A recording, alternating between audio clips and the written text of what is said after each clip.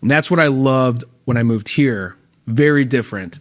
Chicago Cubs lost every fucking day, right? Lost all the time. They would still sell out 44,000 at Wrigley Field every day because it was a party. That's that Midwest attitude, too. Never have I ever heard a boo at Wrigley Field. Honest to God, hand to God, they were the lovable losers. The Cubs are always the lovable losers.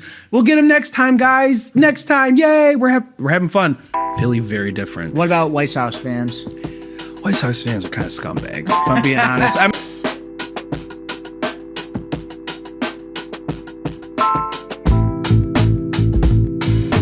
Welcome back to Brew That Podcast. I'm your host, Richie Tevlin, joined as always by Evan Blum. What's up? So tonight we have on a very special guest, Pete, a.k.a. the Sheffield Shuffler. Welcome. Thanks, guys, for having me. Yeah, I think everyone, you don't really need much introduction. You have a much larger audience than we do. Oh, really? Yeah. Oh, yeah. You have hundreds of thousands of followers. Yeah, I literally make stupid videos on the internet. Yeah. It's awesome. It's a great job.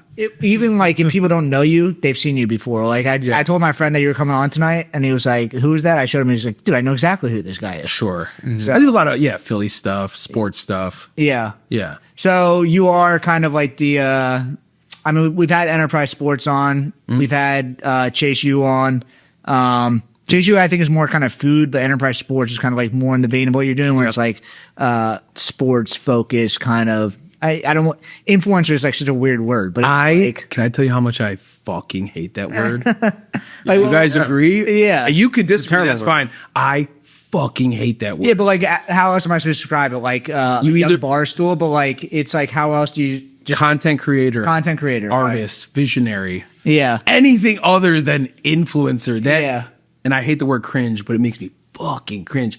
You're not influencing anybody. Yeah. All the people that are like, I'm an influencer. Yeah, it's very different. Bothers me. I'm just like, no, you're not. And you do some blog. I guess blogging, sports blogging is probably closer, but it's just video blogging, kind of. I have a website, but I'm a one-man operation. So yeah. I can't write blogs and make videos and do all that kind of stuff. So, yeah, I'm trying to build out the team. Yeah. For now. So. Nice. But yeah, that's the footprint, right? Is if you want to be a sports media company, there's blogs, then there's video content that goes. You gotta have everything. Yeah, so it's hard to do it as a one man show, but I'm giving it my darnest. So let's just get it out of the way. The name Sheffield Shuffler for me, until I started looking you up today, I always thought you loved Gary Sheffield. I get that a lot. Yeah. I could pass for half black, apparently, because people think I'm related to him. They're like, are you Gary's kid? I'm like, no. Oh, you're pretty big. I'm not. They're like, are you Asian? I'm like, no, I'm not Asian. I'm not half black. I lived on the corner of Sheffield and Addison. I'm from Chicago, born and raised. I don't know if you could tell by the way that I talk, but everyone's like, yo, you're not from here. I'm like, yeah, no shit, dude. I don't sound like you Delco kids. But I live on the corner of Sheffield and Addison. If you don't know, Sheffield and Addison is 60 yards away from Wrigley Field. It's right fucking there. Is that where you grew up, or you just no? I grew up in the suburbs. Okay. Then I went to college, and then I got my big boy job in the city. Moved, to the city just like everybody else. Yeah. I lived in Wrigleyville, and that was Is that party town all the time? The biggest, the best. I'm telling you, and I don't I'm not because I'm 37 right now, so I don't party, I don't go to the city and do all that kind of stuff. Yeah. So I don't know what it would be equivalent to here in Philly, but Wrigleyville is the spot. Well, it's if the stadiums had a bars around it that wasn't just Xfinity Live. Yes. Stateside Live or whatever. Exactly. Yeah. So corner of Sheffield and Addison, that's where my place was for 5 years. I'd be hammered coming home from the bars, and everybody has a stoop. It's a stoop's the place to hang out. All my buddies drinking on the stoop. And then I would come home from the bars, and I'd be walking like this, shuffling. They'd be like, there he is, shuffling home, the Sheffield Shuffler. And then I was like, I fucking love that. That's a great dude. I'm like, I want to use that for my brand later in life. And then I did. So that's the vibe around my, if you see my stuff, I say it's sports and regal debauchery. When you say regal debauchery, regal is kingly, and then debauchery is terrible, stupid stuff. Yeah. So That's like the vibe. It's very like Barstool-esque, but you know, It's not just Barstool. It's just they've become like the Band-Aid of whatever you're doing now. Of just they're like the pirate ship, right? It's kind of like that, but like it's also you're not copying. It's just like that's just the vibe. It's like I'm frat boy, or you know, I played rugby, so it's like the same thing. Yeah, it's like I'm a sports, drinking, lifestyle, partying, that kind of stuff. So when did you start doing this stuff there? Did you take the name immediately and you're like no, but I did have like a vision board while I was there. Okay. Because I wanted to do it. Like I had the vision in my head, had the website layouts, like things I wanted to do. Babes in Blue. That was what I wanted to call like a piece. Yeah. It was like the hot chicks that came. Cause like what did Barstool call it? They had like the something about Fridays or something. They had a piece that was like hot chicks. Yeah, it was like one angle that was kind of okay like that. But it's some alliteration thing that they did. Yeah. I want to do like Babes in Blue because like during the Cubs game, like I'm right in the middle, and there'd be all the Cubs fans, it's hot chicks in blue shirts, all wearing the Cubbies. So that kind of stuff. Yeah. And that's kind of like what I based my brand off of, like that whole idea of Sheffield shuffler, shuffling home drunk, and being around sports and all that kind of stuff. So yeah. Did you start it off? So at some point you said your wife is from South Jersey, so you moved back with her. Yeah. She moved out to Chicago with me, to like set stuff up. We were hanging, not hanging out. We were engaged and all that kind of stuff. Yeah. Then we were like moving out here, set up shop, have kids, do all that stuff. So we moved out here like 4 years ago, and that's where I ended up in South Jersey. And I love it here. Is that when you started doing all the content? Like seriously. And like when it started picking up steam, like I established it. Like I was telling you earlier, it started out as like a merch brand. Yeah, I'm pretty good with drawing, so I was like, I want another revenue stream. Like, how can I do this? And I see people selling T-shirts, like especially right by the stadium. Yeah, but like even online, like your reach is so much bigger. I don't even have to be there. So I would draw stuff. I have like a Wacom pad, and I would draw, and I'd make T-shirts, and then I would like sell them like on my social media. And like I graduated from Second City, like for the improv program. So I'm always been involved with like Second City. That's the one that like everyone has come out of. Everyone, Chris Farley. Yeah, how does that? What is that? Can you explain that a little bit? It's like, improv program. It's acting. It's but it's a class. It's not like a classes. Classes. Like a troupe where they like perform. They have troops. Yeah, so you have to go through the classes. Like there's a year-long program for you to graduate from the improv program, and then another stage you would go, and then you could try out for a troupe and stuff like that. Then there's acting classes that you can take. So it's just like a collective place for people to be creative and like follow their passions, whether it's improv or acting and stuff like that. And like you walk in there and it's like, you see John Belushi, you see John Candy, you see Steve Carrell. You're like, shit, like these guys walked through here. Like this is awesome. Yeah, they like, ran stuff in comedy scenes. So it was like a very cool, creative environment. You get to meet cool people, network, stuff like that. So that's kind of like where it started, and then my video stuff kind of went from there.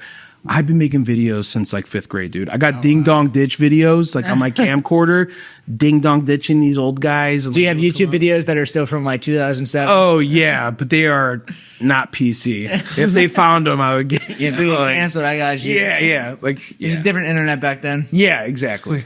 So your stuff is really clean. Did you go to school for it, or it was just that where you learned how to like edit? And I'm assuming you're doing all your own editing. And I do everything myself. Yeah. So in high school, I learned on Final Cut Pro. And you remember that? Yeah. Final Cut Pro. That's where I started on in high school.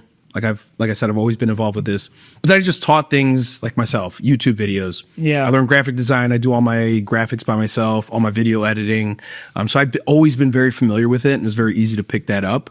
So yeah, it was just really like YouTube stuff to get to like where I'm at now. Yeah. Got a nice camera. Figured out how that works, and I'm like a not a stickler, like a snob. You know what I mean? Like would you say you're a beer snob? Yeah. No. Yeah. So, well, I'll say this. Yes, I'm a snob, but I'll drink anything. But it's just like, but you know what's right? Yeah. I feel the same way about either content or video. Like, I can make a green screen video. Yeah. Anybody can do that, dude. Anybody has a fucking iPhone. Yeah, They can that's what I that. do. What you? No. I'm not. I know I saying suck that. at them, but I'm Nah, just getting started. But You there's gotta start also, somewhere. a place for that. Like Yeah. those bang, 100%. those bang. But I'm like a snob when like you guys have a very highly produced setup. This is good. When I produce stuff, it's like, the fuck is this? But when I see your content, it's just like, it looks like something, I mean, your stuff is a little bit more racy than like what Fox or something will put out, but it looks like professionally made. Right, yeah. And that's my lane, right? Yeah, with it like the beat cuts and like everything else is like very smooth. You have like beat movie cuts. graphics. Yes, dude. I know a little bit. Yes, I know a that's little what bit. I'm talking about. But yes, yeah, highly produced. It looks well, 4K video, and I talk the way that I talk. Yeah. And I would never be on, ESPN or Fox or any of those things. Do you ever do stand up? I have done Do you stand-up. think? Really? Yeah. Do you think it's come from more of like a comedy thing or a sports thing? What is? Your content, like, was it more of like you wanted to be like a comedy thing, or like a personality, or like like strictly sports focused? So the detriment to my brand is like I do everything, Yeah. right? A lot of people will have a niche. I don't subscribe to that. I look at it like I am the niche. Yeah, it's just you. It's just me. I like doing skits. I like doing random stuff. If I think something's funny, I'm going to record it. I'm going to put it out. I don't care how it does. Were you doing skits from the beginning? Because I feel like skits have like have become much more popular in the last couple of years. I've done skits from the beginning, and that's the stuff on my other YouTube that is, the stuff. If they found that, they're like, oh, shit. A little hairy. Like, this guy was onto something. But yeah, like I love skits. I was in improv. Like I love sketch comedy. Yeah. Dave Chappelle, Key and Peele, like all that skit stuff, awkward comedy, timing, delivery. Like I studied all that stuff, and That's I love sick. it. So yeah, like I like making skits. My brand is obviously like sports focused, but I'll put out whatever I want to. I don't care. I don't care how it performs. If I think it's funny, I do it for myself. Yeah. I don't fucking care what anybody else thinks. Especially now on social media, your audience will find you. It's interest based, right? It's not just like social media where it's like all the algorithms have moved from it's like, oh, you follow me, that's who only sees it. Now it's like, oh, this bangs, I'm going to push this out to whoever Your else. stuff is high quality enough that it starts to hit like the algorithm, that it gets to other people, and then other people just find you naturally. And not even, it doesn't even have to be high quality. Some of the shittiest videos I have are green, like just green screen videos that bang. Yeah, but your personality is funny. It's either I appreciate that. Thank you. Yeah. I mean, yeah, if that's how it goes, then yeah. Hey, brewery or small business owner, are you tired of navigating complex brewery accounting and taxes on your own? Staying up late working on financials and getting your finances in order after a whole workday? At the Beer Accountant, they understand the unique financial challenges of the craft brewing industry. They're a CPA dedicated to helping breweries like yours thrive, with services ranging from qualified bookkeeping, business tax prep, to strategic financial planning. Stop wasting time on spreadsheets and focus on what you do best: making great beer and running a small business, servicing over 50 breweries in 4 states. So if you own a brewery or small business, stop overpaying for reactive support and start being proactive with the Beer Accountant. Don't brew that IPA without this CPA. Visit beeraccountant.com to learn how their specialized expertise can help your brewery grow, profit, and succeed. So when you moved here, so you're wearing an Eagle sweatshirt. Yeah. From Chicago. Fanatics, shout out, dude. Thank you. It's pretty dope, though. They gave you that? They should have sized up. So a little tight. They gave you that? Yeah. Fanatics, me and Fanatics, dude. Like they are the fucking best. They brought me to the Phillies playoff games. Damn. I went to do Fanatics athlete immersion last weekend in New York City. Nice. So it's like a WNBA player. I got to film her. Met Dexter Fowler, who's like a legendary Cub. So yeah, Fanatics, like, bro, like they don't ask anything from me. They just like send me shit. They'll invite me to stuff to go create content, and like that's awesome. So I'm happy about that. That's sick. So you do a lot of Philly stuff. I mean, in the Philly thing, were you a diehard Cubs fan? I am. Yeah, I Okay, love you the are. Cubs. Okay. Yeah. I was telling you, I have assimilated to the culture from Chicago. Chicago is the best city in the country in my point of view. It's biased, whatever. I think it's the cleanest city. It's the most well manicured. My parents live there. It's where I'm born and raised. I'll always love Chicago. Yeah. Always love. I mean, I am Chicago. I don't hide that. I don't hide that at all. I always tell you, I'm from Chicago. I'm not from here. But my brand is here. I live here. I'm raising my children here. I pay taxes here. So you're gonna fight against the current here. You know what I mean? But all the opportunities for stuff, I came here and I want to take over Philly sports. I want to take over the Philadelphia Phillies. I want to be the voice of the Philadelphia Phillies fan base. Yeah. I'm working to do that, and I'm doing a pretty good job. All the Philly videos I put out, they get shared a lot. Like, I'm trying to be the voice. It's not just Phillies. You're like very baseball heavy. Like, you do, like technical stuff and rules. Baseball is my biggest passion. That was the first thing I ever fell in love with. I think everyone leans into football. And, you go into baseball. Like, baseball is like always behind the curve as far as social media. Sure. Like, you kind of lean into that. And I like it for yourself. I like it too because like when you're an announcer. So we had Kate Scott on the podcast. Oh yeah, and Kate, obviously, she's from California. But like when you get a job, like you kind of just go where the job is. You know what I mean? Right. And like to your advantage, like you can create that job for yourself in this market. You know what I mean? So that's super like.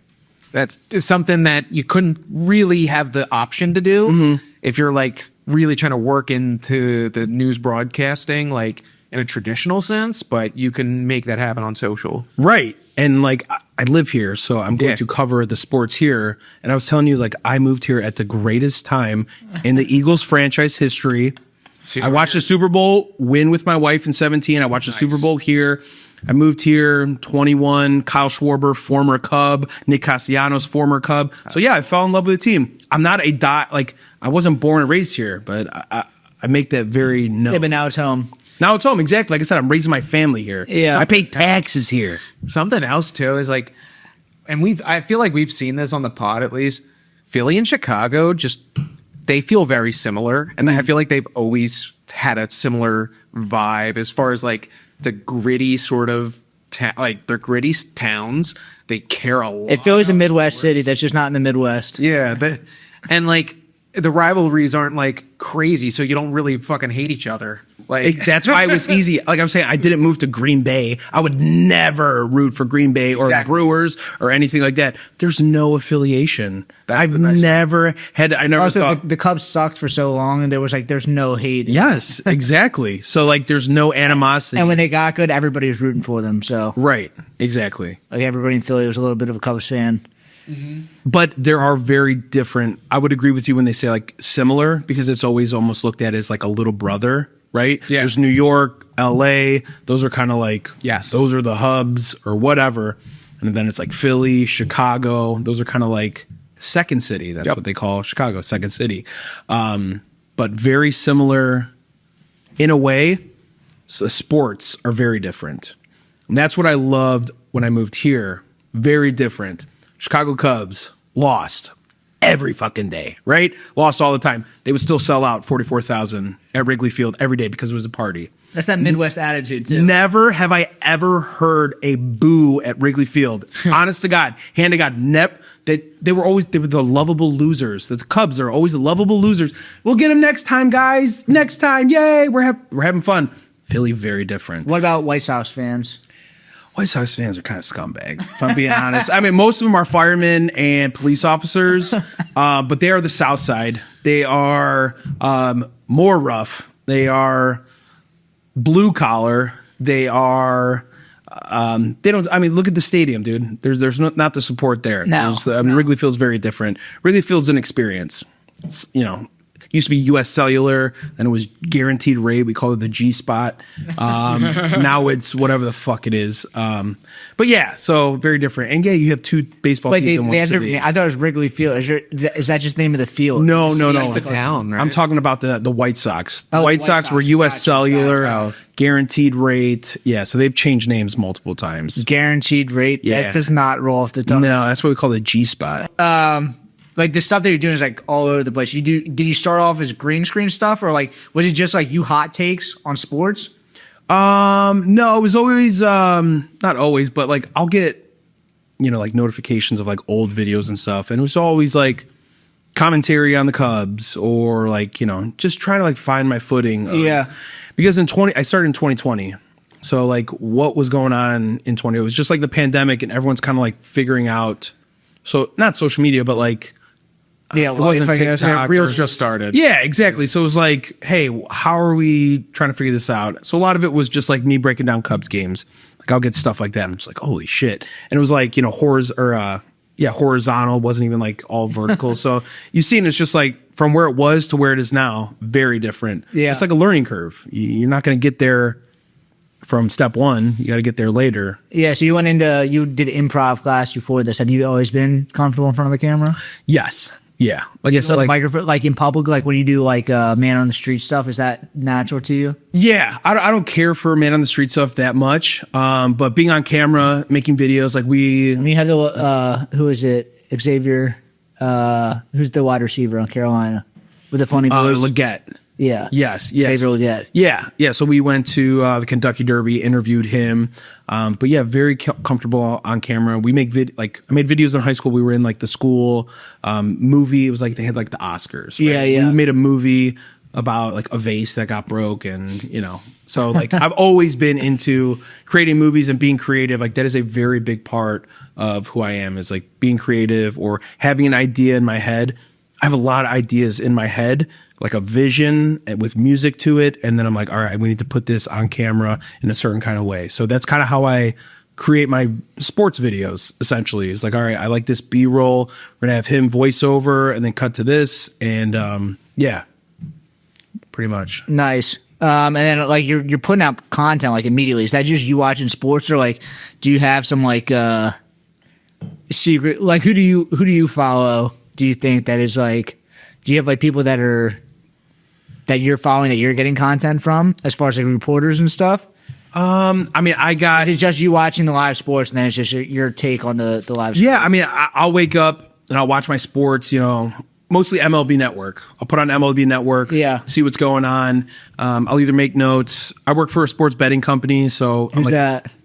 Steady Picks. Okay. So they're Philly based and it's all like sports betting stuff. You're doing content creation for them, or yeah. So I've been like a content creator for 5 years. I worked for Playmaker, I worked for Sports Grid, and now I work for Steady Picks. So I've been creating How content. are you as a gambler? Like average. Like anybody that tells you different is lying to you. Yes. Yeah. Okay. So that's why when I put on my videos, it's like, yeah, dude, I'm not a pro. That's why I make videos on the internet. Like, Yeah. then don't take my picks. I don't care. But at least I'm going to give you 3 or 4 good reasons why you should take it. Yeah. And if it doesn't hit, And that's a better okay. reason than any other. So And if you can give me 4 or 5 reasons why it was bad, salute to you. But if you can't and you just talk shit, then all right, I win. yeah. I gave you 4 good reasons. Yeah. So take it or not, I don't care. But yeah, I'm average. Yeah. Just like everybody is, dude. Everybody's average. It's a crapshoot. So, you do football too. Yeah. Is it just football? Football and baseball. That's all I watch. I don't watch basketball. I don't watch soccer. And I don't pretend to know about all the other stuff. Like I was telling you, I like to do everything, but I also like to stay in my lane. Like I'm not going to tell you about soccer or boxing or whatever. It also, like when you focus in, we talked about in the last podcast before you. It's just like when you focus on like a smaller thing, like do it with baseball. It's like a lot of people try to do every sport. If you try to focus on baseball, you're gonna get much larger, much faster. Yeah, and I want to be taken not seriously, but like, yo, that's the baseball guy. That's, this guy covers the Phillies. This guy talks about baseball. Like, that's what I want, my overarching, like, this is the baseball guy. Like, that's what I want to be. Yeah. You know what I mean? Like, baseball's, like I said, it's my biggest passion. What do you think is gonna happen to Castellanos? He's going to be gone. Yeah, he's leaving, but nobody wants him. So, but they're going to try and figure out how much of the contract they have to eat before they trade him to somewhere else, because he's still valuable, especially to a shittier team. So I think they're just going to figure out, hey, we're willing to eat 15 million of this contract, 10 million. You take the other half, whatever it is. And if they can't find a suitor, then they still have depth in the outfield, which is going to be terrible because Nick likes to play every day. So that's going to be an issue. Who's the guy they just signed today? Adolis Garcia. Oh, today? Yeah, it might have been Adolis Garcia. Maybe it was yesterday. It was yesterday. I think I made a video on it. I think it was yesterday. Adolis Garcia, he came from the Rangers. He's a right fielder. He was the ALCS MVP in 2023. Oh, wow. He was very good in 2023, and then 2 seasons after kind of went down. as far as his numbers go. So this is a prove it deal, 1 year, $10 million. That's what they paid Max Kepler. And a prove it deal. The guy's jacked, dude. I don't know if you see it. Is he the guy with the enormous head? Somebody? Yes, was it you that or was somebody photoshopped. else? Yeah. It But was the one that photoshopped? looked like Megamind. Okay. Yeah. I was like, this could not be there's real. No way. There's Yeah. a hat that fits that head. Yeah.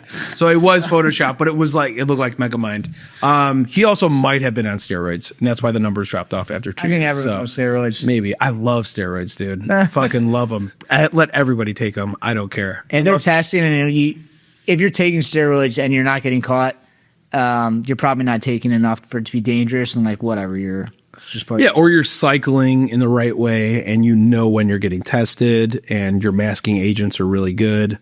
I mean, there's a ton of ways to get around it. They've obviously, have made a big push on making sure that that's not happening as if it were in the 90s, which was very There's different. been Mark McGuire's, but people are still massive. Yeah, Sammy Sosa, Mark McGuire, yeah, Rafael Palmeiro.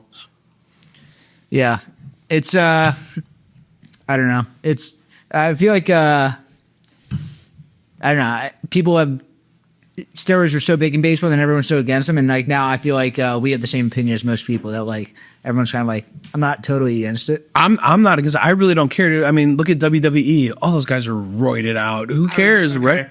So this is the third or fourth podcast that we brought up wrestling. I'm a huge wrestler. Oh, nice. Yeah, and I was going to bring it up, but I was like, I'm going to hold myself. Hey, do you think John Cena is clean? Yeah, I was gonna At say. this point, maybe, because he lost a lot of... Yeah. If you see him at 2025 versus 2011... Can I ask you? Yeah. What did you think about a guy named Gunther just ending his career? Okay, so I do love Gunther. I think he's a great heel. I don't like Cena tapping out. Right. I think they could have had him pass out. I think that would have been totally okay because Right. that goes along with Cena's character, never give up. Never, right. But him tapping out hurts because that was like my His face a getting superhero. tripped out with like the big baby Yeah. face is so funny. But it gives oh my god, it gives WWE a story to tell for the next 10 years. I Well, would they say. can bring him back and do some other stupid shit. He retired, but like, He made it very clear that he's not back, right? yeah, but it's wrestling, right? Like that's, He'll come back in like It'll be more. It's more dramatic now, and I think like guaranteed it wouldn't come happen. I don't think it's not gonna, just based off of it. There's no way it's gonna happen.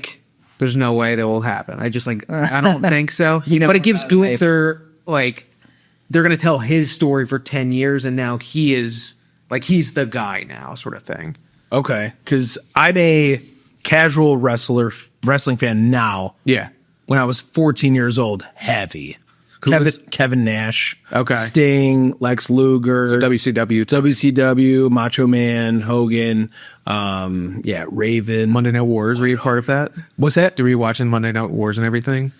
Monday Night Wars? It was like Nitro versus Raw. Nitro, versus Raw. Yeah. I don't know if my parents thought that Raw was like too hard because there was like chicks in bikinis and stuff. But I was okay to watch WCW. They weren't, I think, crazy about WWF when Stone Cold was like, yeah. They were just like, my mom liked Ric Flair. So, yeah, she's like, woo! She's like, he's funny. Like, yeah, he is funny. I feel like you bring like kind of wrestling personality though. Like you have a lot of energy. Oh, I definitely do. Yeah. Probably, I mean, more so earlier in the day because, like I said, I got 3 kids. You Later- have 3 kids under 3. Yes. Yeah. Damn. So that, I try not to give myself too much credit, but if I'm doing as much as some of these other content creators and I'm like, I have a mortgage, 3 kids, full-time job, and I'm doing all this shit, I'm like, I'm fucking running laps around you kids while you guys are getting fucked up. I mean, I am too, but you get it. Yeah, this is work. Yeah, exactly. So what's happening now? Like it's not baseball season; it's just football season. Well, yeah, there's MLB Hot Stove. What's hot stove? It's like all the trades. Like Adolis Garcia. Okay. Like when something like that happens, a free agent gets signed. Like there's a couple more free agents, right? They're waiting to get signed. Who's Yeah. going to sign them? What team? How much? How many years? How much money? All that shit. So it's like worth monitoring. And then obviously football stuff. Yeah, I mean football's just now starting to heat up, and the Eagles looks like they didn't suck this week. I mean, this episode's gonna come out like 2 months after the fact, so it won't even matter. But yeah, so the Eagles didn't look like they sucked last week. Yeah. I mean, you played probably the worst team in football. So take that in consideration. They move the ball very well. Jalen Hurts was making some passes that he was getting, kind of torch for, not being able to throw. Dallas Goedert heavily involved. Underneath the linebackers, not everything deep. So here's the thing, too, about football fans. Can you guys agree that most football fans are fucking stupid? Well, they listen to Philly Sports Radio. Oh, well, that's the worst. WIP is the worst ever. Sorry, I don't know if I can say that, but they suck. But you know what I'm saying? Like football fans, like we're all football fans, right? You couldn't tell me what a cover 2 shell defense with a 3-4 set. You know what I mean? Like, yeah, but when you listen to WIP in the morning, like after a game that they lose, it's like people are throwing out these terms. I'm like, I don't think that these people know what these mean, right? And they're just tossing these things out because like they're trying to sound smart. And doesn't make any sense. Yeah, I don't know where they find these callers. Like, well, they'll watch ESPN or whatever, and it's just like you don't have to be like super a savant on defensive coverages. You just see how well they move the ball, whatever. Like I'm saying, like I don't try and be smarter than I am. Just be real. You guys don't know these, like they're intricate play calls. Everyone's like, "Oh, fire Patullo." It's like run more slants, and it's like, "Oh, you didn't think of that." Like, come on, guys, you didn't fucking think. Like this guy's an idiot. And I'm sure if you stuck any of those people in a room with Patullo, they'd be like, they would leave that meeting going like, "This guy's the smartest football mind I've ever met." Yeah. It's like it's just like different levels to it. Do you get invited out to games and stuff? Like, do the actual teams themselves support you? No. So I haven't been on whatever list that they have. Do they have lists like that? Oh, yeah. They have lists for Philly content creators. Well, Chase. Chase was in the Saquon commercial. Yeah. Yeah, he's definitely on that list. Chase is a little bit more, he's family rated, I guess. But he's also Philly centric. Like, I'm not Philly centric. So when you see a lot of people like they'll do Philly specific stuff, bars, restaurants, whatever. I like to appeal to more of a mass audience. Okay. I want to be more global than just Philly. Yeah. Obviously, I'm located here, so a lot of my content will cover Philly stuff, or if I'm at the games, all that kind of stuff. Yep. But I'm not just going to be. Is that how you foresee it going? Like you're going to continue to grow and then just bring other people under the Sheffield Shuffler brand, or do you have a larger brand that you want to push? There's a footprint that John Boy, Barstool, those guys have laid out, and it's not a science, but it's a formula that definitely works. And there's a hub, Barstool main page, and then you have your creators, and then you have your podcasts, and you have everything. It's the same way with craft beer that like there's space for other small creators to come in where you can kind of spin up a brand as the same thing. And people like the fact that it's local and small. Like people were supporting Barstool when they were small and growing because they like that kind of like pirate ship mentality. Exactly. Yes. So especially when it's hyper local, right? Yeah, like it's easier to jump on board for that. And then when you want to expand, it's a little bit different because then you have to get the support of people everywhere, right? Mm-hmm.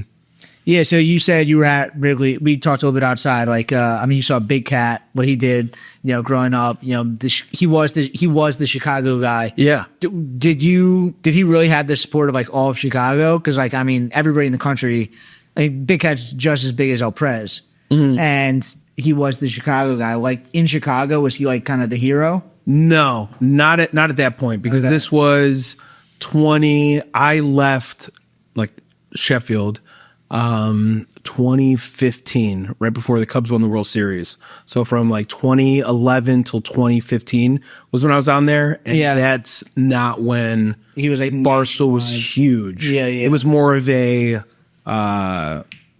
cult following. Yeah. You know what I mean? Like, hey, who's in the city here. They're covering sports. And it was very new at that point.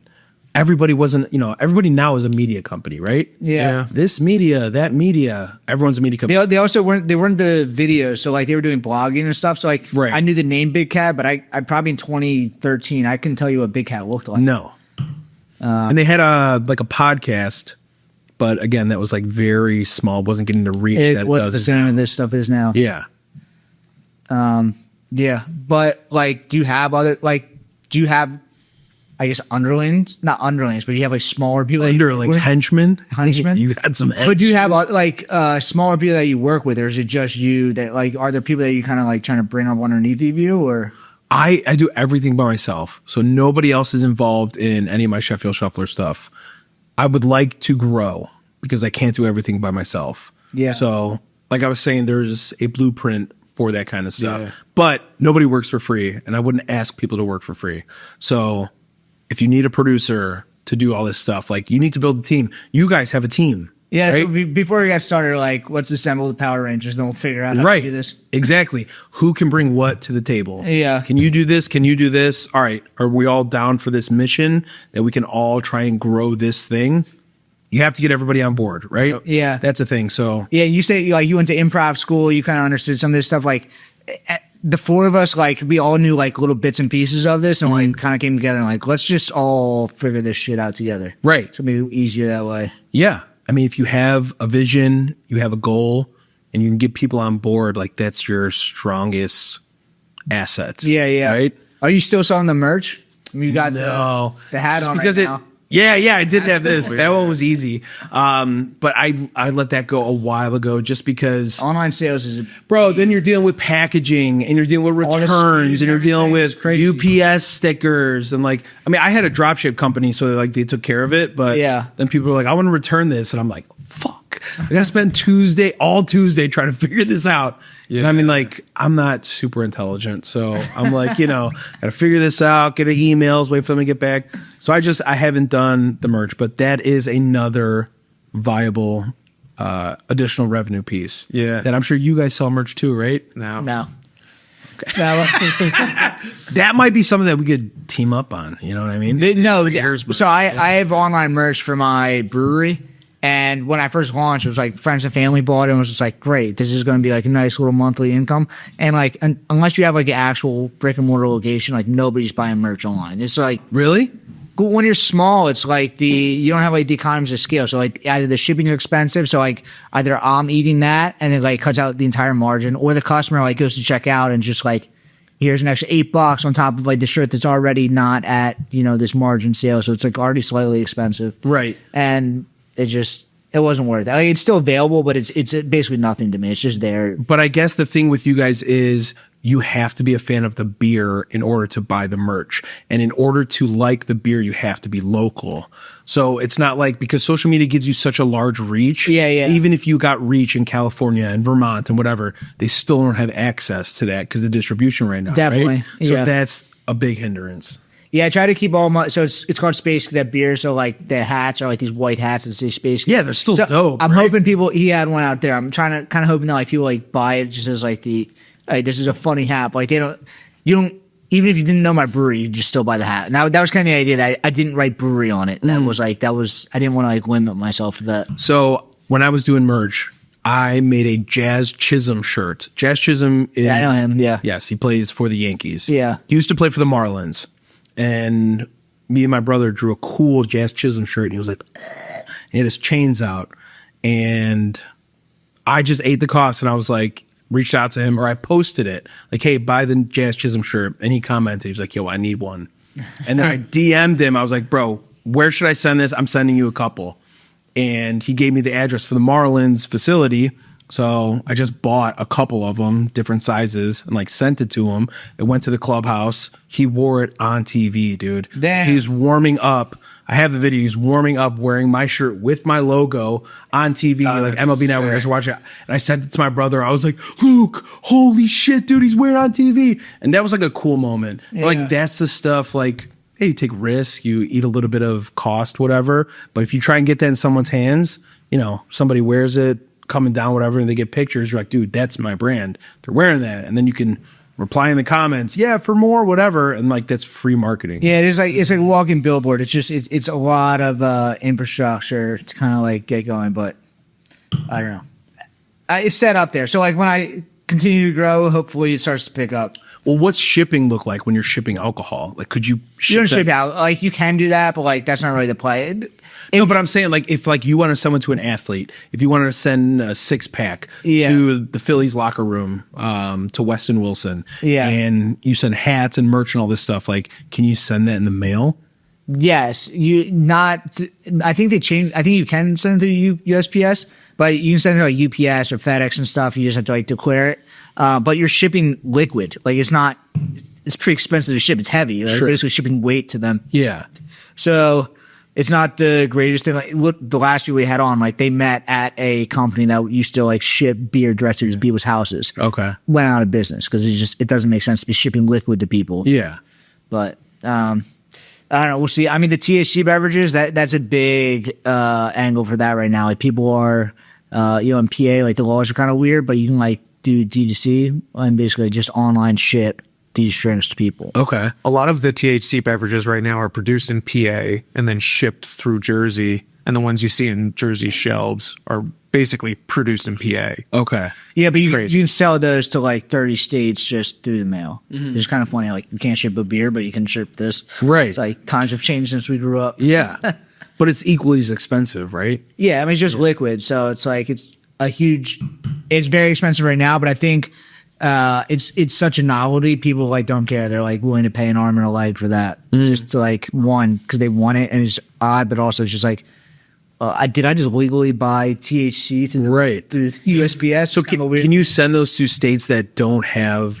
I don't know all the specifics. I think that Okay. there's like 25 or 30 states that you can ship it to. Okay. But I'm trying to like learn it all. It's like drinking out of a fire hose right now because I didn't even realize this was like possible. And I know they're tired of hearing me about it. Like the last 3 people I'm like, did you know this? Yeah. Like, we don't care. Do you add the THC after it's like? I mean, it's not brewed, right? Because I say you don't put it in know. seltzer. My guess is that they make the THC, they make the tea or like whatever the liquid is, and then in order to alcohol is different. Like alcohol is a perfect mixture where like if you put alcohol in any sort of liquid, it spreads out. So like basically the whole liquid is immediately the same ABV. Where I think the THC, they're either using some like new technology where like it spreads out evenly, but I think what they do is like they'll make the can, and before the top is put on the can, they have like a little dripper that like drips in like weed. So then like we're only putting in like because it's easier to measure like that. So then like, maybe it's not perfectly mixed up in there, but all together the can is exactly what they say. Yeah. They gave an example. We had somebody on the other day who's like an expert in that space. He gave an example of like if you ever made like weed brownies or like firecrackers. Firecrackers, yes. Yeah. You'll get a firecracker. One of your buddies is going to get one that will ruin you, and the other one's like, oh, I didn't feel anything. Right. Yeah.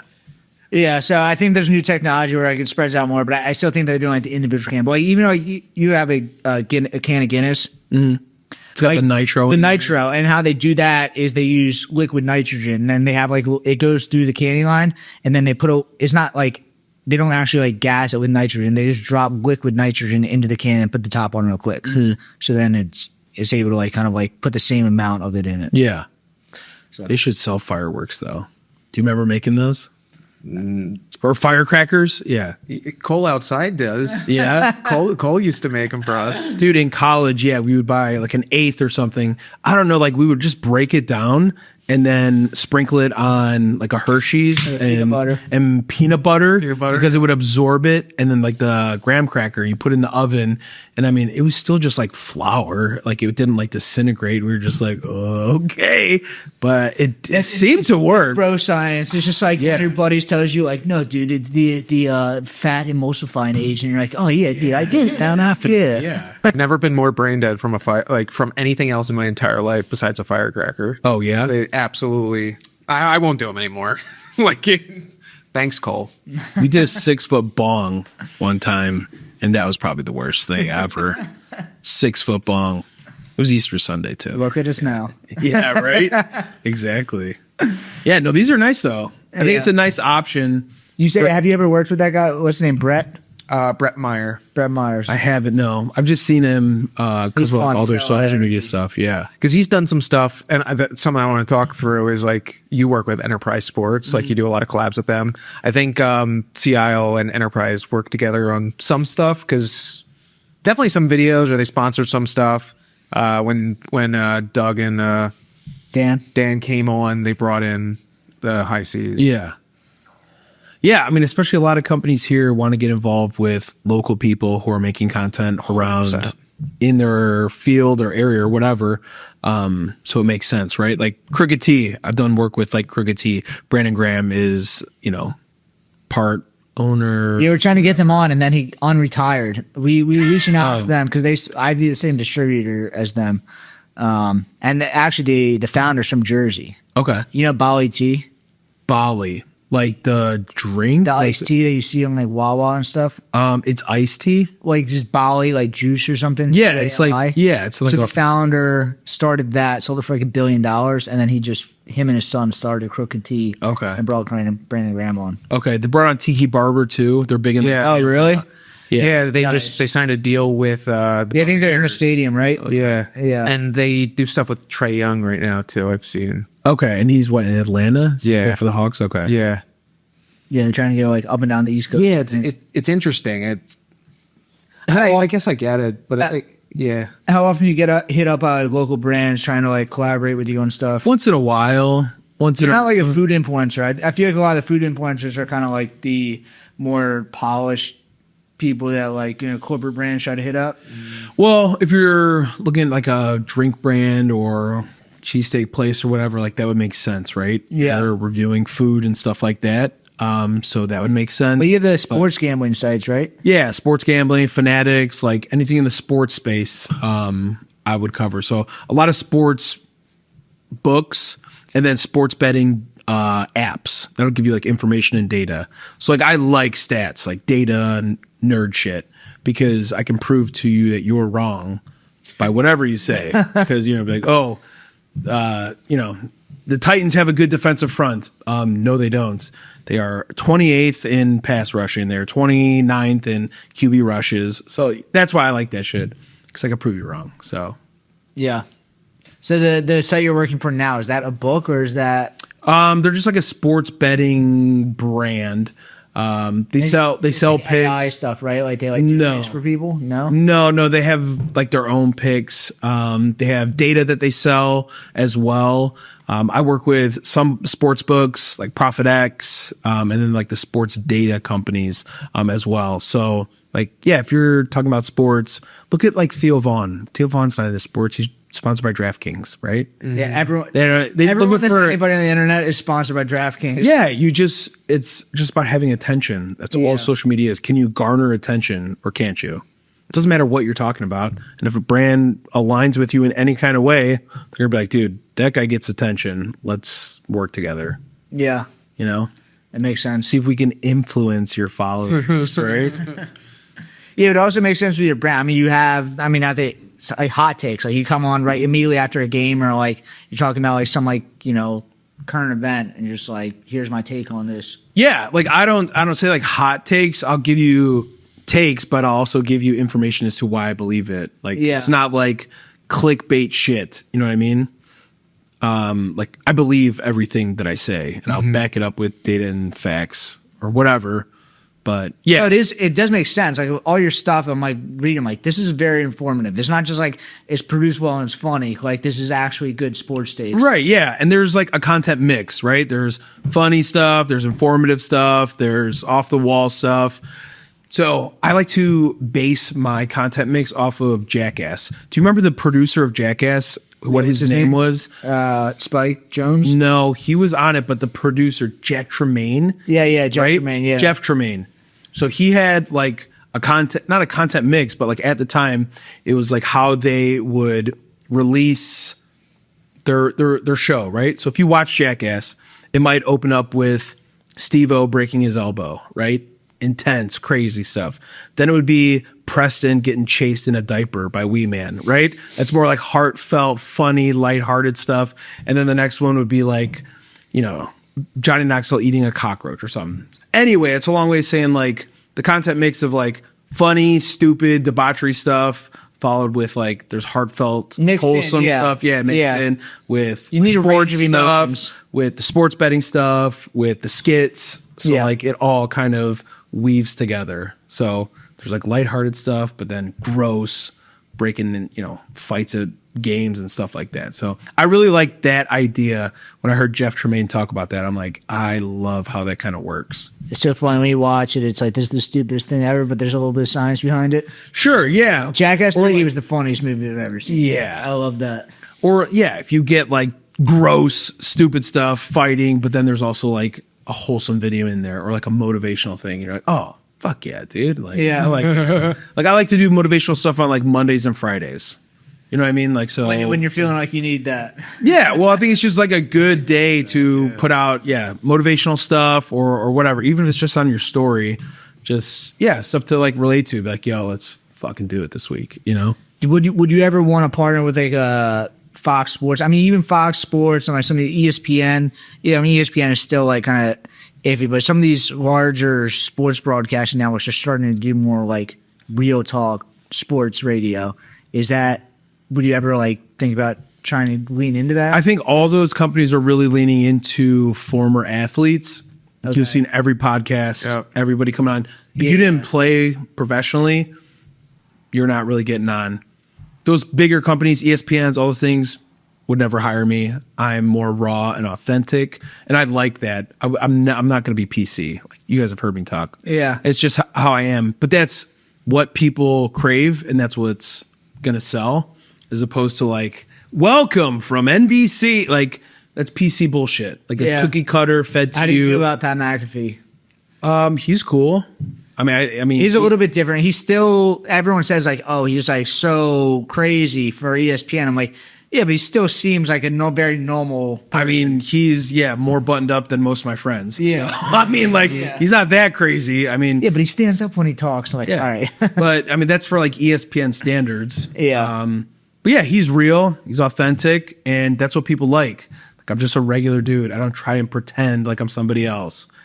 Live from Fox, it's like, I don't want to watch that. I want to watch this guy who's screaming about the bullpen that just blew a 2-run lead. Yeah. You know? Do you make content like in the stadiums?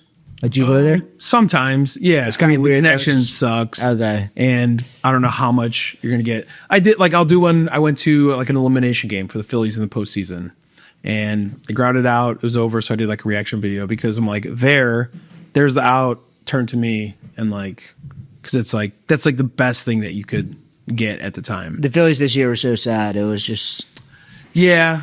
They were one of the best teams during the regular season. 96 wins. Like, and it was just not even dramatic. It was just like, all right, it's over. yeah, I mean, you ran into the guys that won the World Series. Yeah. Right? You didn't get blown out in every game. You blew them out in game 3, which was awesome. So, I mean, if there wasn't divisions, that could have easily been the World Series. 100%. That could have won 7 games. Yeah. Very easily. But until you get production in your lineup, it doesn't matter how good your bullpen is, your starting pitching. And that's kind of bullshit that people blame Kirkring for that. I'll be honest with you. I'll give you an example. If I put this glass on the ledge right here, and then my daughter walks by and knocks that over, whose fault is that? It's my fault. Yeah. I put you in that situation. It's a bad position. So- And there's so many things that led up for that position to happen. One error. It's not just his fault. You scored 1 run in 11 innings.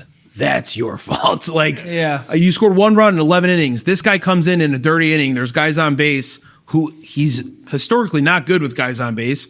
And then that happens. You put him in a bad situation. I don't know what to tell you. Yeah. So, but I love Red October. I'm born in October. Halloween's my favorite holiday. Love sweaters, scarves. Like, I'm a spooky boy. weather guy? Yeah. I mean, when you're fat, it's cold weather, dude. You're like a polar bear. But spooky season, my favorite. So when it's Red October, yeah, like that's when I'm feeling really good. Have you ever had, I mean, obviously there's the internet trolls, but have you ever had like someone that you're talking about or like an athlete reach out to you to be like, yeah, what the fuck is this? No. Just the opposite. Okay. Like I wouldn't say I'm friends with, but like I'm very friendly with like players. Cool. You know what I mean? Like they'll see my stuff on social media or they'll message me, whatever. Like just little things. Like They definitely see it, like Yeah. as a athlete, like you can't say that you're looking at the media, but Well, they definitely have to see Right. And I go to a lot of events like card shows, right? Where like pitchers will come and do signings and stuff like that. And I'll have access. So like, I'm like, hey, yo, can I interview you real quick? talk to them, whatever, exchange social medias. So a lot of them are friendly with me. They've been on my podcast, which has been super nice. Weston Wilson, Matt Strom, Stubbs is awesome. So like a lot of the Phillies guys like are cool. And what your podcast is Chef's Kiss. Yeah, dude. But like I can't do it every day. So like I'm not a yapper, right? Like I can't set the camera up and talk for 23 minutes by myself. Dude, you have This a lot more is- energy than me. I cannot. If I can for the light, well, I am trying to put out more content of like for Space Cadet, where like I'm doing kind of what you're doing with like these short form things. Yeah. And for me, it's so uncomfortable. But I could do this all day. Right, because you have people bouncing ideas off of you Yeah. talking to. It's a flow, it's conversation. Like, yeah, you have to like, write a script or an idea and then film it and then not look like you're like, welcome, right? You know what I mean? Like, you're like, all right, I gotta be natural. Yeah. Gotta be natural. And yeah, you might have to do that a couple times. Like the TikToks I do, I'll do a lot of like lip syncing stuff. Bro, I'll record that 46 times. Oh, wow. Don't give a shit because I want it to be perfect. Yeah. I can't stand when I see people and they're just like off. And I'm just like, you could have re-recorded that. You could have re-recorded that. Yeah, you edited that and you're like, it's fucked up. But they're like, I don't care. Like Yeah. I know you saw that it wasn't right. Right. But they have double D's and they're going to get them their views. You know what I mean? But that's where I take pride in. It's like people follow me definitely not for my looks. It's for my content. So they must like what I do. Personality. You know what I mean? Like, Yeah. I'm not an OnlyFans model.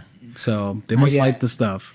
How'd you get connected with Enterprise and I guess like Chase and you even did we've done some stuff with Not Pizza. We've had You guys know them? we've had Luke and Chris on as well. Dude, yeah, super nice guys. And they're very good at social media too. Oh yeah. Yeah. He's got the hair, but like he puts the suit on and stuff. Yeah. Dude, yeah. You just got to find your brand voice and then make shit like that. We did not a commercial, but like a social media thing on the beach. Yep. So fun, dude. Those guys are so cool. They're really talented.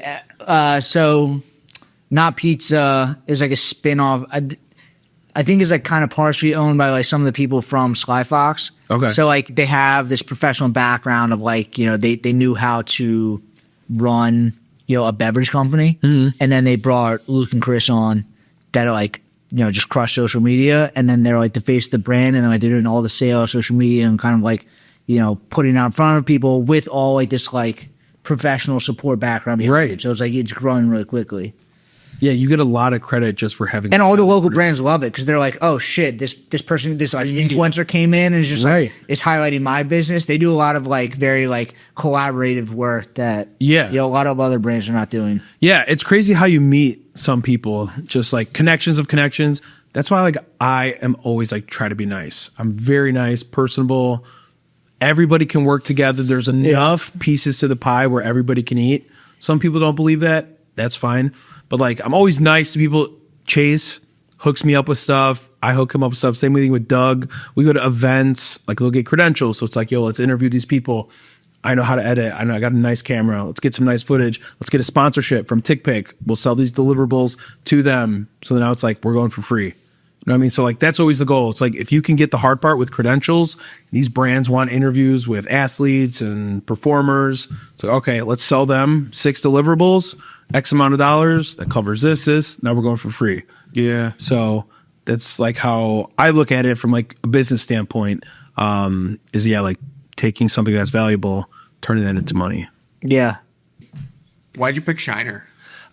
Just because it was a holiday beer. And if I was going to crush like 6 of them, I didn't want to bring a Fuego. Fuegos are nice, but sometimes, you know, if you drink too much, it like clenches up in the back of your jaw. You know what I'm talking about? It gets like a... Because you're from Jersey, right? So you're right by Tonewood?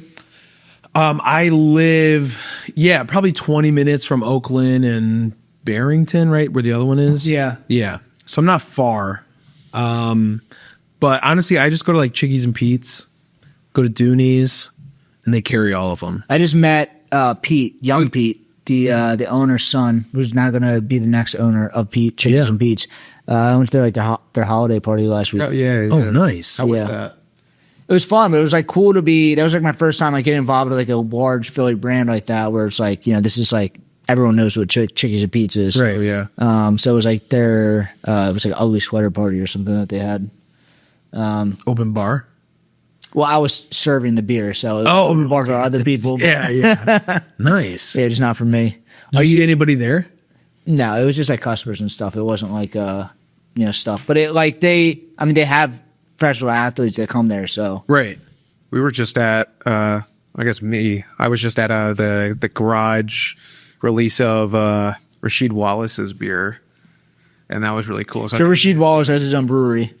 was it Beer? beer? So Well, his own beer. He sells it through Shipwreck. Ship Bottom. Ship Bottom. It's his own like libation company. So It's 215 Libations. It's like I'm assuming that's like it's just a marketing company that like they like Push license out product, like yeah. their name Okay. to this brewery. And he has a beer. yeah, he has 2 beers. Rasheed Wallace is a big craft beer guy. Really? Yeah. Okay. And he's from Philly, So like so I used to work at Victory and he used to come into Victory all the time. Apparently Really? like he used to like Conshohocken Brewing and Wissahickon Brewing all the time. Oh, I knew that. Yeah. That's cool. I was learning a little bit. Yeah, I was learning a little bit because he played out in Portland, and Portland has a huge beer scene. Okay. So that's kind of how he got into it, which is really cool. But he had his own lunch party for. And this was at Garage, like Yeah, a bar, in right? Bridgetown. Yeah. Do you get invited out to events a lot? Not so much. That's surprising, actually. It's right before Christmas right now, and like I'm looking like all these influencers getting invited to like the same events, and so most of the Yeah. food influencers Yeah. get invited to like the magazine events of just like or like the local, Were you invited to the Governor's Ball? No, but Doug invited me to go. That's cool. Like I said, I'm not on like the Philly list. I don't know if I don't do like enough Philly content, but I'm not super upset. Like I just want to get involved with the Phillies. Like, that's Yeah. fine. Like the Eagles, like there's like 100 guys that make. It's like if you just stay on that, like eventually you're gonna become bigger than everybody else. Well, like I like talking baseball. I like giving stuff on the Phillies. So like, yeah, if you don't want to listen to WIP and you want to listen to another fan talk about it, I have a ton of stuff you could listen to. You know what I mean? Yeah. So yeah, I just want to get affiliated with the Phillies. Like Eagles are cool, but there's like 100 content So creators, many. and they're so Yeah. territorial. They're like, I'm the Eagles guy, and you're like, all right, dude, we get it. Like, you could be the Eagles guy. That's fine. There's 50 other guys that are doing the same thing, which is fine. But yeah, Also, baseball is a little bit further behind. As far as social media goes, it's like it's always kind of playing second fiddle. It's like it always feels like the first mover is always just football. yeah. Well, baseball's more regional. You know what I mean? Like Cincinnati, Miami, they're not going to have as big of a baseball following as a Philadelphia, Chicago, because it's very regional, right? Football is king. Yeah, so there's obviously a lot more emphasis, marketing dollars that go into that. But yeah, I just want to talk baseball, talk Phillies. What about do like the betting accounts? Do they try to like tell you like more football or more? No, not so much. It's just whatever's in season, Okay. honestly. Baseball is very hard to bet on. I don't know if you've ever bet on baseball, but there's such a high variance in everything. The only thing I've ever done in baseball is like the no run first inning. Oh, the Nerfies. Yeah. And that's just like it's a degenerate play, right? Yeah, So you're like, you find yes or no, and you're always saying no, right? yeah. Even though statistically it's the best part of your lineup, so you should be betting yes. Oh yeah, it makes sense. Yeah. First inning, everyone's like, no run first inning. I'm like, it's the top of your lineup. You want to bet and it's always more money, or sometimes. But Yeah, they always entice you to start betting because then you'll bet again. Is right. the idea. Exactly. Yeah, minus 135, no run first inning, just bomb. Do you do gambling stuff or is it just sports betting? No, I do gambling stuff. Yeah. Do any of the local casinos contact Yeah. you? Like, Yep. is it the local books or is it just like online books? You know what's getting really big is the prediction marketplace. That's Yeah, the college future. markets. That's and the what's the future. new one? Koshani? Kolshi. Yeah. For That close. that one's that's crazy. It does piss me off. They have so many AI videos that are sponsored right now. I'm just like, ugh, I like AI videos piss me off. Yeah. in general. So They're just like, you can bet anywhere. Right? Yeah. And it's like, this guy's got like 6 fingers. Yeah. That's weird. But Touch the ball. that's the future though, because you're not betting against the house. You're betting against peer to peer. So it's Yeah. less juice. You're paying less of a vig, and then they take the smaller percentage, and they don't care who wins. Yeah. And you get more money, and you lose less money. So that's the Is future. that how it works? You have to have somebody else that matches it? to- Yeah, peer to peer. So someone will match it on the other side. So there'll be like a liquidity in the account. So say the Eagles were minus 7.5 against the Raiders, or maybe they were minus 12.5, I believe. So there's going to be all these people that bet on that, and then all the people on the other side. So it'll show you how much money is in this pot that you could take up to, and then you can bet that or less than, and then it's fulfilled. You know what I mean? But you can bet that site specifically, like you can bet on anything, right? Like, Yes. How the fuck does that work? Yeah, just prediction market. So it's Dude, I don't know how they're gonna like sports gambling now. You're like Terry Rozier's like all these players are just getting kicked out of the league because like they're getting like wrapped up in this shit. But sports gambling has been illegal and hard, and like has these restrictions on it. Like these other markets of like obviously politics is strict, whatever you want to say about. Like there's other things you can bet on that are not used to like the rigors of like anti-gambling around it. sure. Like that's gonna be very weird when But isn't the stock market the same thing? 100% Could also be manipulated, and there's also insiders that know like what's the whole going on. Robin Hood thing was like that didn't make any sense either with the Yeah, or just Nancy Pelosi. I mean, like, if you see how much you're getting paid and how much you're worth, like, it's the same thing. It's a market with money being traded, and if there's inside information, you're going to benefit or not. Yeah, it's funny. You like you said, like you can like bet with Nancy Pelosi on the stock exchange. You should be able to like bet with Terry Rozier. Yeah, exactly. But the problem there is like the markets that are so available, you can bet on a guy on the bench over or under 1.5 points. You know what I mean? Yeah. So it's just like, if I'm not getting playing time, like, bet my under. I'm not scoring tonight, Yeah. It's 17 minutes and no buckets, and he's just like, he made his buddy however much money because those markets are available. You know what I mean? It's not just like the whole thing where it's like, I need the Eagles to win by 13. It's these prop bets. Yeah. Are they going to crack down on prop bets a little bit? Yeah. So now there was a pitching scandal with Emmanuel Clase, and he's the closer of the Cleveland Guardians. Did you hear about this? No. So there's micro bets, which are available where you can pitch on or bet on whether the first pitch, ball or strike, in play, hit by batter. So these are little micro bets That like you can bet that. you can't even pick up because you can't even be like he gave up a run. It's just like it's one pitch. One pitch. Did he throw a in ball? the fourth inning? You choose the inning. Yeah. So that's how far you can get into baseball. What he did was I'm in the whatever inning I'm coming in. My first pitch is a ball, and he bet on those. And those sports books get notified. They're all run by algorithms. There's an irregular amount of money being put on a ball on the first pitch in the fourth inning. That's alarming. So then they would look at that and they'd be like, okay. And you look at his first pitch and he threw it 30 feet in the dirt. And you're like, that's a little, and then you find connections. So those micro bets, that's what got him in trouble. Yeah. Luis Ortiz and Emmanuel Clase, both pitchers for the Guardians. So they were throwing balls on purpose and then collecting. Did this already happen? Like, did they? Oh, yeah. The league and everything. Oh, there's suspended. They're going through court proceedings right now. Damn. It's crazy like the FBI is involved with it too because it's like a legal thing. Yeah, Cash Patel, dude. Ready to get on camera. Yeah, but I mean, you allow these markets and, you find people that can flip a quick $5,000. I've seen people do a lot worse for a lot less. You know what I mean? Definitely. So, Yeah. I mean, you are making millions, but if your boys can make a couple G's, you're like, yo. Yeah, it's like the new market. It's just like everyone's kind of figuring out, how exactly it's supposed to be run. Yeah, I mean, there's always going to be cheating, scandals, anytime money's being moved around, right? Stocks. Yeah, if it wasn't this, it'd be some other cheating thing. Right. Yeah. Alcohol, right? During Prohibition. Yeah. Same kind of stuff.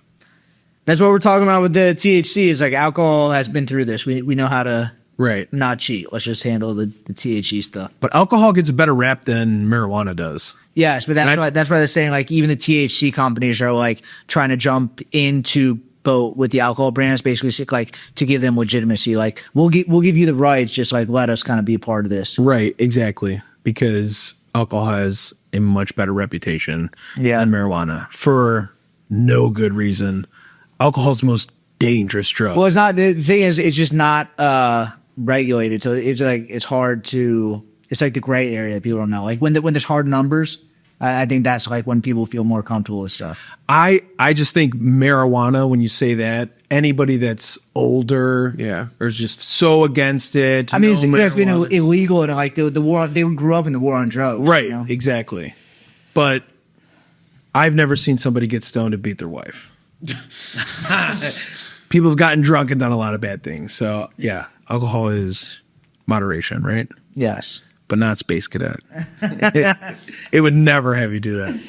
Definitely. We don't explore that path. Yeah. But nice. So like, what are you just? Do you have plans? Like, I mean, I know you have the website. Is the website new?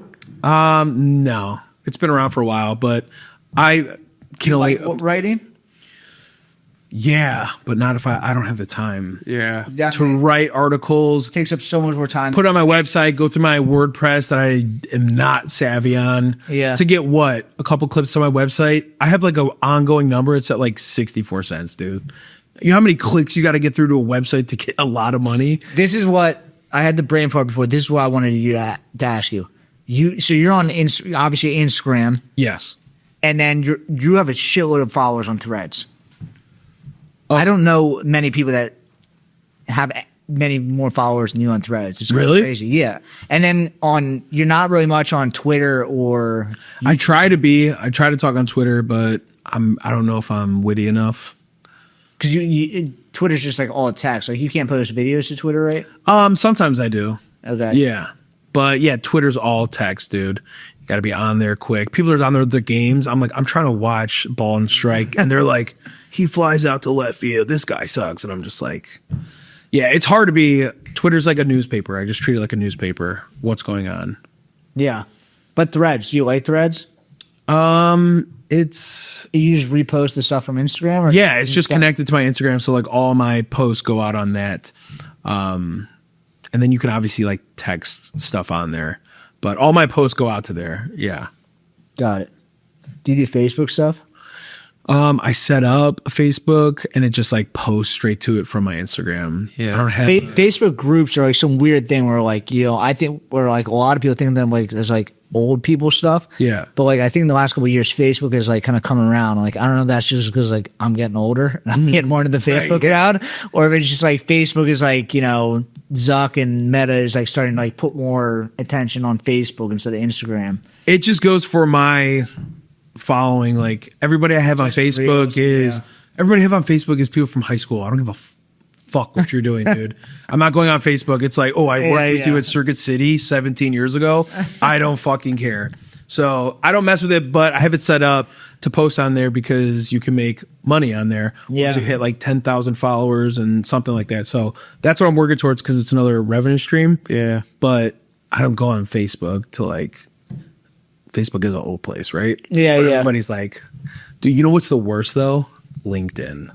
LinkedIn is the worst. I'm on LinkedIn all Are you, dude? They're I like, have to be. I am humble and so thrilled that I am the new chief operating officer of supervision. I'm just like, dude, you guys, come on, man. You've seen it, right? Oh yeah, it's everywhere. It's just they're just stroking each other. I'm so proud of you, David. It's like, what? I think the one thing with LinkedIn though is everyone talks like that, but if you just go in there talking like us, then it's like everyone's like, what the hell is this? Right. You're so much different that it's like you have the possibility to like almost like blow up on LinkedIn and like, we haven't. So maybe I'm definitely wrong. That's but a like, crazy you flex, are much right? different than everybody else. So like you just be like, we don't have normal job. I'm my own boss. Like I sell alcohol for a living. Like, Right. Who do I care if like we say some stupid shit on the podcast? Like I'm just trying to get attention. Right. Like it kind of is, nobody else is talking like us on Instagram. Right. Or on LinkedIn. Yeah. It's a crazy flex, right? Yo, I'm pretty big down LinkedIn. for us, like get the LinkedIn verified. Oh, yeah. it's really cool because I've connected with beer people. Because what I'm trying to do is like I want our brand to be a national brand too. Yeah. Localized but national. So I've gotten a lot of attention from people just nationally, just talking about stuff that everything's like Gen Z based. Right. Right now in beer, you want to talk about Gen Z. I am Gen Z. So I want to be that advocate for that. And nobody's talking about that. So when I can talk about that on LinkedIn, that's a new thing. It's pretty much like it's an open market. Right. So having people from all around the country being able to possibly see that Yeah, we do get like a lot of out of market people on LinkedIn, but again, it's like definitely more like people aren't jumping in there like saying crazy comments on there. Yes. Yeah. What's your like age range? You think? Are you doing like Gen Z stuff? I mean, you're on Instagram, but Old white guys. Old white guys. That's right, dude. Oh yeah, I mean, 33% of my following is 25 to 35. So older white men. Okay. Yeah, I mean it's a baseball crowd. Yeah. See who watches baseball. I'm 37. I'm older. I'm white. That's who watches baseball. Like, yeah. So most of my crowd is my age. Don't get too many of the younger, older ones. It's like a bell curve, right? Yeah. Yeah. Yeah, well, maybe they'll like kind of grow into it. You know, like I didn't like. I can't understand half the things Gen Z says. Bet. What's the other one? Type shit. Type shit. What the fuck is type shit? Like, oh yeah, type shit. Type shit. Bet. I'm like, I don't know what you guys are talking about. Yeah, Nor would I talk like it's just like TikTok like reactions, but they talk like that in real life. Yeah. It's crazy. Doesn't make sense. Yeah, but like their lives are too fast. Like they're just going to the bars all the time, like get drunk and waste all the time. It's like once they get out of college and they slow down, like that's when people start getting into baseball. Not like they like right. You know, baseball's too slow for you to be watching when you're in college. Yes. Yeah. They look at some World War II documentaries and oh man. Yeah. General Patton was pretty cool. Yeah. Slow down. Like you need to like wait until you have a normal like baseball is you have a normal job, 9 to 5 job. You get home from work, you drink a beer and watch baseball. Like Right. young Yeah. people are not in the age where they can slow down and just sit there and watch baseball. For 3 Yeah. hours. A Tuesday in July, they're busy. Yeah. You know, I'm watching the Phillies versus the Marlins. Yeah. I look forward to it, right? Yeah. Yeah. Yeah. When you need something to look forward to. When you're that young, you don't need to be listening to baseball or watching it. Do you think you having kids? You're almost like stuck at home more now. Oh yeah. So are you watching like more baseball? Like I feel like you have even more content now because No, it's always the same. Just because the games are on like 7:15, kids are going to bed, and then I'm watching it. Got it. Yeah, so it's a good thing they're going to bed before it, and then we just watch the Phillies. nice. My wife has gotten more into baseball a lot because I have it on every night. Did she watch it before? No, not so much. But now, yeah, she loves it because you got to just get them invested. Oh yeah. You know? Oh, and a lot of baseball is the storyline behind it. Like, Yeah. there's been like, I didn't watch a lot of baseball this year, but like, there's like probably 4 or 5 years where like I've watched like 100 of the games. Yeah. And, like, once you get into it, you get into the storylines, like the streaks that people are going on, and then you get like much more intrigued. Oh, yeah. Or just like even like, oh, they're playing the Pirates. Paul Skeens pitching. It's Libby Dunn's boyfriend. And they're like, oh, really? Like, yeah, he's pretty good. And he might win Cy Young. Like, he's pretty good. Yeah, and then that's how you get him invested. Because now they're all dating each other. You know, like Braxton Berrios and Alex Earl, you know? All these athletes are Did dating. you watch Dancing with the Stars? I do not, but over Thanksgiving, my in-laws were there, and they love Dancing with the Stars. Yeah. And I haven't watched Dance with the Stars since I was like, I don't know, 14 years old. But I don't know, Alex Earl was very good at dancing. Yeah. I didn't watch it, but it was on every Tuesday night in the background because my wife's watching it. So yeah, I did see some of it. And I'm not a good judge at dancing. So, but some of them were cool. I was happy for Owen. The guy who won. Yeah. Yeah. And there's so much drama on it. My wife got me invested, right? So there was It's like, all just made up drama, but yeah, it was like a text message, and they were like, "Oh, Zac Efron's there because his brother and all yeah. that shit." We just watched the finals, but the people in the finals was like Steve Irwin Jr. and Alex Earl. I'm like, Yeah. we were like much. They're impressively good at dancing. Like, Oh, yeah. they're famous people, but they're like professional dancers. Yeah, well, I mean, you would think, I guess Alex Earl would be decent at dancing. I wouldn't have guessed Robert Irwin, but there was also that actor too. Is He that was an elf. What's his name? He's the older guy. He was in Drew Carey show, maybe. I don't know. I literally watched the final. I wasn't paying attention that much. Knocked but- out like a round before. Nice. All right. I mean, what else do you have going on? It's just like, are you just like living in the throes of whatever sports season is going on? Yeah. I mean, I sit in my office. I watch MLB Network, making sports videos, anything I think that's interesting, funny, relative or relatable. That's pretty much my everyday from 9 to 3 o'clock. Nice. Yeah. Cool. So where can we find you? Just Sheffield Shuffler everywhere? Everything, yeah. Sheffield Shuffler, everything. Go on. Are you selling merch or is that paused? No, not yet. All right. I need someone to work on it for me. We'll find somebody. Yeah, Yeah, whatever. We'll find somebody. Cool. Well, thank you for coming on. This was fun. It's nice to meet you in person. Like, I've been following your stuff forever. Appreciate it, boys. Very fun. But yeah, it was a good time. And then you can find us at Brewdad at the Brewdad Podcast. And we'll see you guys next week. Yeah, 5-star Spotify. Sweet. And Apple Podcast. Cool. Let's go.